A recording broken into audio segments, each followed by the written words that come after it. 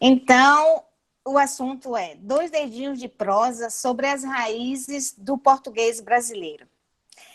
Antes da gente falar sobre o português, que o português é uma língua, a gente vai falar de forma assim, até lúdica, de como surgiram as línguas do mundo. Então, não se sabe exatamente como surgiram as línguas no mundo. Primeiramente, acreditava-se na hipótese monogenética, segundo a qual todas as línguas derivavam do hebraico, que teria dado origem às línguas hoje conhecida como a Torre de Babel. Mas depois, as pessoas pensando bem direitinho, viu que essa crença não era verdadeira. Por quê? Porque ela não podia ser confirmada, dada a grande diferença entre as estruturas que as línguas apresentam. E nós temos hoje 6.000 línguas em uso. Então, como pode ter 6.000 línguas em uso, tendo origem de uma única língua? Então, isso ficou para trás. Mas antes de começarmos, e eu acho que Lara deu uma clareada muito grande, tem duas perguntas para a gente pensar. Por que falamos português? Por que chamamos de português brasileiro? Então, isso são coisas que a gente precisa pensar, mas Lara já deu muita dica sobre isso. E depois a gente vai poder discutir. Então, a origem da língua portuguesa. A língua portuguesa, ela pertence à família do indo-europeu, embora houvessem outros lances nessa família. E com isso, não se pode dizer que o indo-europeu deu origem diretamente ao português. Então, a sua origem remonta ao latim, mais propriamente ao latim vulgar.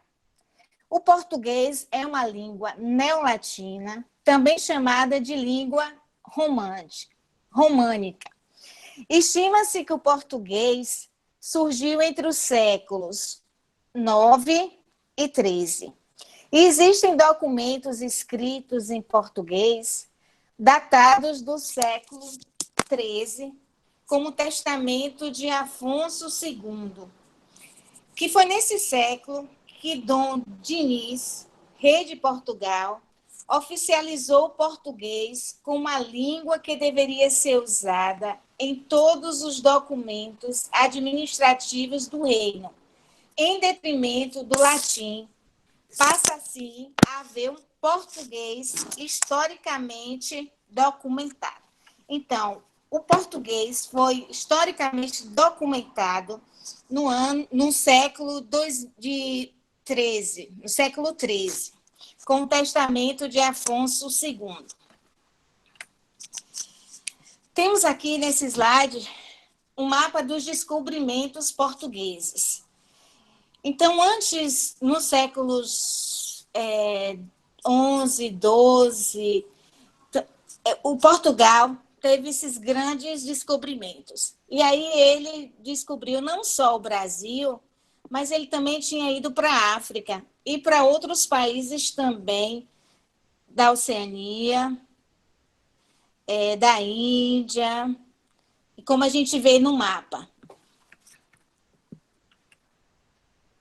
Então, a história da língua portuguesa, ela está ligada diretamente ao período das grandes navegações.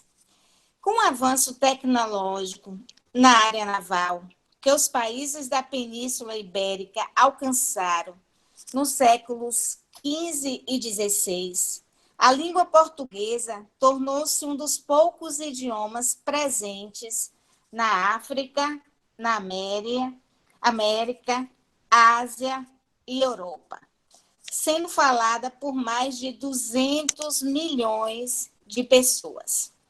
O mundo lusófono, o que seria o mundo lusófono? São os países que falam a língua portuguesa. É avaliado hoje entre 190 e 250 milhões de pessoas. O português é a sexta língua mais falada do planeta, terceira entre as línguas ocidentais, após o inglês e o espanhol. O inglês e o castelhano, não é o espanhol, é o castelhano.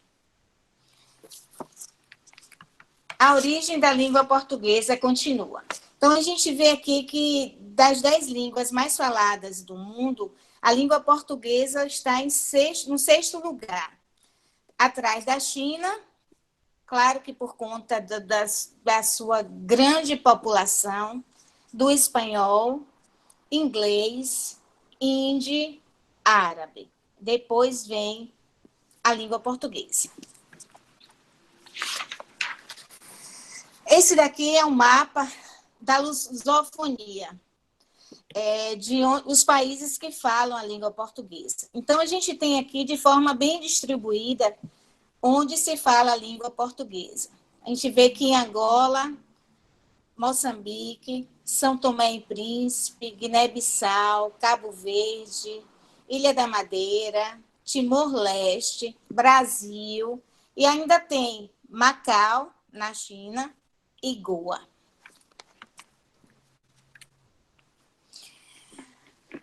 A realidade galego-portuguesa. Isso eu não vou falar porque, na verdade, a realidade galego-portuguesa, ele dividiu períodos.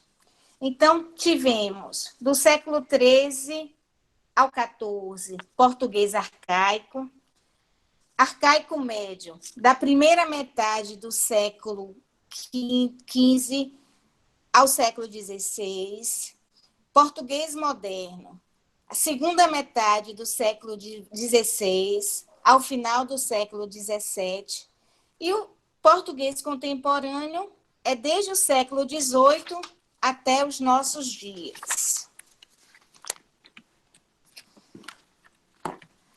Mas, sim, como se formou realmente a língua portuguesa? Foi formada através de quê? Com a expansão marítima portuguesa. O português é levado a todas as colônias portuguesas no mundo e chegou no Brasil em 1500. Todo mundo sabe disso. Mas existem alguns fatores importantes para a formação do português brasileiro. Aí a gente pensa, depois do que Lara falou sobre a miscigenação toda que nós temos, tantas etnias, quais são esses fatores importantes para a formação do português brasileiro? A gente colocou aqui algumas coisas: multilinguismo, fatores da demografia e história, fatos da mobilidade populacional dos escravos e a escolarização no Brasil colonial e pós-colonial. Então, no viés da sócio-história, eu posso dizer aqui que é no viés do estudo de Lara, o contato entre portugueses de diferentes estratos sociais e de diversas regiões de Portugal, indígenas de diversas etnias e africanos falantes nativos de diversas línguas africanas, foi um fator decisivo para a formação de uma variedade linguística distinta da lusitana, ou seja, de Portugal. Aí a gente pergunta assim, que diferentes estratos sociais? Mas a gente pode pensar, será que as pessoas que vieram de Portugal nos navios eram pessoas de que tipo, que classe social? Será que eram os grandes reis, as pessoas que tinham posse? Será? Acho que não. E isso influencia na língua? Claro, né? Então, a nação brasileira, ela é marcada por sua plurietnia, pois, ao concretizarem o seu projeto colonizador, os portugueses conviveram com diversos grupos indígenas que falavam cerca de 1000 línguas no Brasil e com cerca de 4 milhões de africanos, que falavam cerca de 200 línguas. Aí vocês perguntam assim, ou pensam, né? Como é que esses indígenas tiveram contato com tanto indígena? Primeiro, a gente tem que pensar que o Brasil era recheado por índio. O Brasil tinha índio em todas as partes do país. Mas só que aconteceu o quê? Eles aportaram no litoral. Então, eles tiveram contato com os índios que estavam no litoral. E eles falavam que língua? Eles falavam a língua tupi-guarani. Só que, como Lara também falou, é tupinambá, tupi-guarani. Só que, como Lara falou, existiam várias línguas dentro de línguas. Por quê eu estou falando isso? Porque os índios do litoral falavam uma língua, os índios do Pará falavam a sua língua própria, os índios aqui da Bahia também falavam suas línguas. Então, não existia uma só única língua. Mas qual a importância disso? Quando a gente passa para contatos de línguas e de culturas, a gente percebe que esse contato linguístico e cultural esteve presente na sócio-história brasileira, como afirma Alves e também como afirma Matos e Silva, que Lara falou anteriormente. E aí a gente tem a imagem de índio, de negros, dos africanos e de um branco, que supõe-se que seja de Portugal, nesse momento de contato da língua. Então, assim, a participação indígena numa situação de bilinguismo, a homogeneidade da costa litorânea brasileira propiciou a difusão da língua geral pelo interior do país, que chegou a ameaçar a hegemonia da língua portuguesa no Brasil. Mas aí vocês perguntam, e Lara falou também anteriormente, de forma bem clara, sobre a língua brasileira. Opa, o celular aqui caiu. Quando eles chegaram aqui, os jesuítas tentaram catequizar os índios, mas eles não catequizavam em língua portuguesa. Eles tentavam esse contato linguístico e catequizar na língua dos índios, só que eles precisavam aprender essa língua. Então, eles aprendiam e se comunicavam com a língua do nativo, nesse caso, o índio. Mas a gente sabe que quando tem duas línguas juntas, acontece o que acontece conosco com o Paraguai, que a gente fala o portunhol, com a Argentina. Existe a variação entre uma língua e a outra. Então, essa língua ficou conhecida como a língua geral, a língua de comunicação entre os índios e entre os portugueses. Nesse caso, os jesuítas. E essa língua geral, por ser tão difundida, ela chegou até a ameaçar a língua portuguesa no Brasil. E aí, a partir da segunda metade do século XVIII, acontecimentos da conjuntura sócio-histórica brasileira levaram à generalização da língua portuguesa. Aí a gente pode pensar assim, o que foi que realmente aconteceu para que parasse com isso e impusesse realmente a língua portuguesa? Tinha um Marquês de Pombal, ele veio para cá e ele viu que os jesuítas falavam a língua brasileira. Só que esses jesuítas, eles também tinham ligação com os espanhóis. Então, o rei, sabiamente de Portugal, disse, não, parar com isso, porque o Brasil é nosso, e como vocês disseram, poder, né? Língua é poder. Então, aconteceu o quê? Mandaram o Marquês de Pombal, e o Marquês de Pombal... Ui, tá caindo o celular, desculpem aqui. Marquês de Pombal, que também era... O nome dele era Sebastião José de Carvalho Melo. Ele fez o quê? Ele criou ações para integrar as populações indígenas à sociedade colonial portuguesa. Será que ele conseguiu? Impondo sim, né? Mas depois os índios não aguentaram e aconteceu o que a gente sabe. As fugas, eles não nasceram para ser escravizados.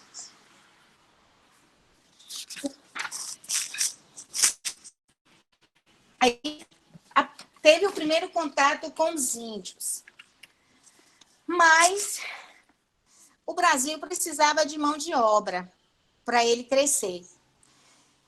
E a África também estava sendo colonizada pelos portugueses. Então, juntou-se o útil ao agradável e criou o quê? Tratos portugueses e brasílicos, dos séculos 17 e 18. Então, a gente vê nesse mapa a vinda dos escravos da África para o Brasil. A professora Silvana, a minha orientadora, disse que Luanda e Salvador está bem pertinho, tá vendo? E realmente está. Mas não veio só para o Brasil os negros de Luanda, de Angola. Vieram também de várias outras partes. Vieram de Guiné-Bissau, vieram de São Tomé e Príncipe, vieram de Benguela. E aí eles vieram e eles aportaram em várias regiões do Brasil. Rio de Janeiro, Salvador, Recife, São Luís, Belém, Santos. Então, a partir daí, com o contato que Lara falou anteriormente também, com os negros, que os negros eles vinham dos seus países e lá também eles falavam várias línguas diferentes, vários dialetos diferentes. Então, eles também tinham que se entender aqui, dessa forma. Então, o que aconteceu? Eles vieram para cá. Está caindo. Desculpe, gente, meu fone caiu. Então, eles vieram para lá, para cá, e aí começou a ter esse contato, né? Também de português com os escravos. Tudo bem, vieram, começaram a se comunicar, e teve também a mesma coisa, aconteceu a mesma coisa que aconteceu com os escravos. Teve essa junção de línguas e fez-se isso. Mas acontece que os escravos não vieram para cá para passear. Eles vieram obrigatoriamente para trabalhar. Então, desde esse tempo, infelizmente, a gente não, né? A sociedade, a colonização, tudo isso, tem essa visão errada e social, né? De raça, mas que não existe. Então, os negros vieram para trabalhar. Primeiramente, eles vieram para trabalhar nas fazendas de cana-de-açúcar. Depois, eles foram trabalhar nas minas de ouro. Trabalharam também nas minas aqui na Chapada Diamantina. E foi para São Paulo também de novo trabalhar. Mas acontece que eles trabalhavam escravizados nas fazendas, nas minas, em ferrovias, em tudo isso. E trabalhavam também nas casas grandes. Nas casas grandes. E nas casas grandes, eles tinham contato com quem? Com os filhos dos donos de terra, dos grandes senhores. E mais uma forma de quê? De aprendizado dessa língua. Então, a gente viu um contato com os índios, viu o contato com os negros, e a gente pode pensar como era a comunicação naquele tempo. Se a gente parar para pensar, a gente eu acho que vai ficar louca. Ou a gente aprendia de tudo, ou a gente não entenderia nada. Mas a gente já viu que veio os índios e que veio os negros. E aí, veio o que mais? Os contatos linguísticos no Brasil, só reforçando o que foi falado, teve aquisição de línguas. Então, o português foi transmitido, Lara também falou anteriormente, no período colonial, com aquisição de segunda língua. Por que aquisição de segunda língua? Porque eu, como nativa do país, eu já tinha a minha língua, mas eu era obrigada a aprender a língua dos grandes senhores, dos colonizadores. Então, eu aprendi essa língua como a aquisição de segunda língua, por milhões de falantes nativos de diversas línguas indígenas e por nativos de outras diversas línguas africanas. Só reforçando, indígenas e africanos, os que transmitiram esse português a partir de uma aquisição do português como L2 para gerações posteriores, de diferentes maneiras. Lara apresentou isso, eu vou reforçar. A estimativa de imigração para o Brasil. No período de 1751 a 1700, vieram 100 mil portugueses, mas vieram quase mais do triplo, 360 mil africanos. Em 1701, de 1701 a 1800, vieram 800 mil portugueses e 1.700.300 africanos. Isso quer dizer que, de 1650 até 1800, nós tínhamos 900 mil portugueses no Brasil, mas a gente tinha mais de 2 milhões africanos. Isso é uma diferença muito grande. Segundo o mesmo autor, ele fala que a década mais intensa da imigração entre 1850 e 1920 foi a de 1890, com 1.200.000 imigrantes. Na sua grande maioria, esses povos componentes da sociedade, que era multilingüe, pois falavam várias línguas, multiétnica, porque eram de vários lugares diferentes, multirracial, porque eles eram miscigenados, e pluricultural brasileira, porque um país desse tamanho, até hoje, não tem como ter somente uma cultura. Isso se estuda em dialetologia, sociolinguística e a dialetologia. Se situaram de São Paulo para o sul, citando ainda o historiador Lúcio Creltes. Vários autores apontam também motivos de ordem racial na opção imperial pela imigração. Davam-se depois, a partir de 1920, o que aconteceu? Eles optaram por uma imigração querendo branquear o país. Então, eles preferiam a imigração de europeus, que foram escolhidos justamente para fazer com que o Brasil tivesse mais migrantes brancos.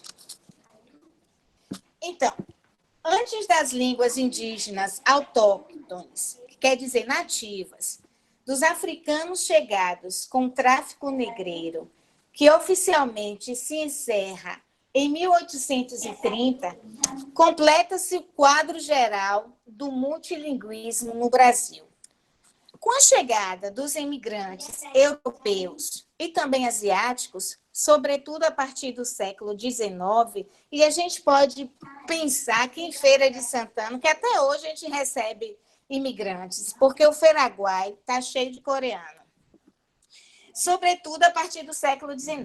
Então, querendo branquear tudo isso, o que foi que aconteceu? Essa corrente imigratória. Primeiro chegaram os alemães, lá no Rio Grande do Sul, principalmente em São Leopoldo. Os italianos formaram um contingente maior, que veio 1.513.000 imigrantes. Depois disso, nesse mesmo período, vieram quem? Portugueses, espanhóis, japoneses, russos, austríacos, sírio-libaneses, poloneses e de diversas nacionalidades, como foi citado aqui os coreanos do Feiraguai. Acontece que nesse período vieram todos esses imigrantes para branquear a nação, só que eles não vieram da mesma forma que os africanos, porque eles vinham pensando em enriquecimento. Porque o que era proposto para ele justamente era o quê? Eles trabalharem na agricultura, porque eles tinham expertise, e eles serem fazendeiros. Uma mera enganação. Só que não tão forte e ruim quanto os africanos. Curiosidades sobre a demografia histórica. A preocupação racista do governo imperial de branquear o país se embasa no que mostra a demografia histórica do Brasil, dos inícios da colonização, com as capitanias hereditárias, na década de 30 do século XVI até o fim do século XIX. Então, essas informações demográfica, histórica, mostram que no final do século XVI, os escravos já seriam 42%. Às vésperas da independência, em 1818, seriam mais de 50%. Quando os índios, né, teve os jesuítas e o Marquês de Pombal veio para dizer realmente que que a língua portuguesa era a língua do Brasil, a família real se muda em 1808. E em 1818, que foi que a gente teve a nossa independência. Mas, nesse momento, sentiu-se a necessidade de ter escola, porque aquela língua passada também para os portugueses anteriormente, dos portugueses para os nativos, não era um português, a gente pode falar assim, o português padrão. Eram também de pessoas pobres que vieram para cá também com sonho de enriquecimento. Eram pessoas pobres, eram bandidos, eram aquelas pessoas que estavam à margem da sociedade e que vieram todos para um país novo com o sonho e a esperança de se fazer dinheiro. Então, considerando esses extremos, sem aprofundar a curva que se passou entre esses limites, a população escrava, africana e afrodescendente ficou no período colonial no patamar de 50%. Quem fala muito isso também é a nossa querida ex-professora aposentada Eliana Pitombo, que ela diz que nesse período colonial, antes, tinha mais negros do que portugueses. E é verdade. Então, nos últimos anos da escravatura do Brasil, nos fins do século XVIII e início do século XIX, a gente tem aqui total de livres, homens brancos, de cor e de índios, totalizou 1.600.000 pessoas. Entre os séculos, no século mesmo, 1817 a 1818, a gente vê que subiu, né? Mais 200.000. Então, ficou 1.887.900. E os escravos? Os escravos, em 1798, totalizou 1.582.000. Isso por quê?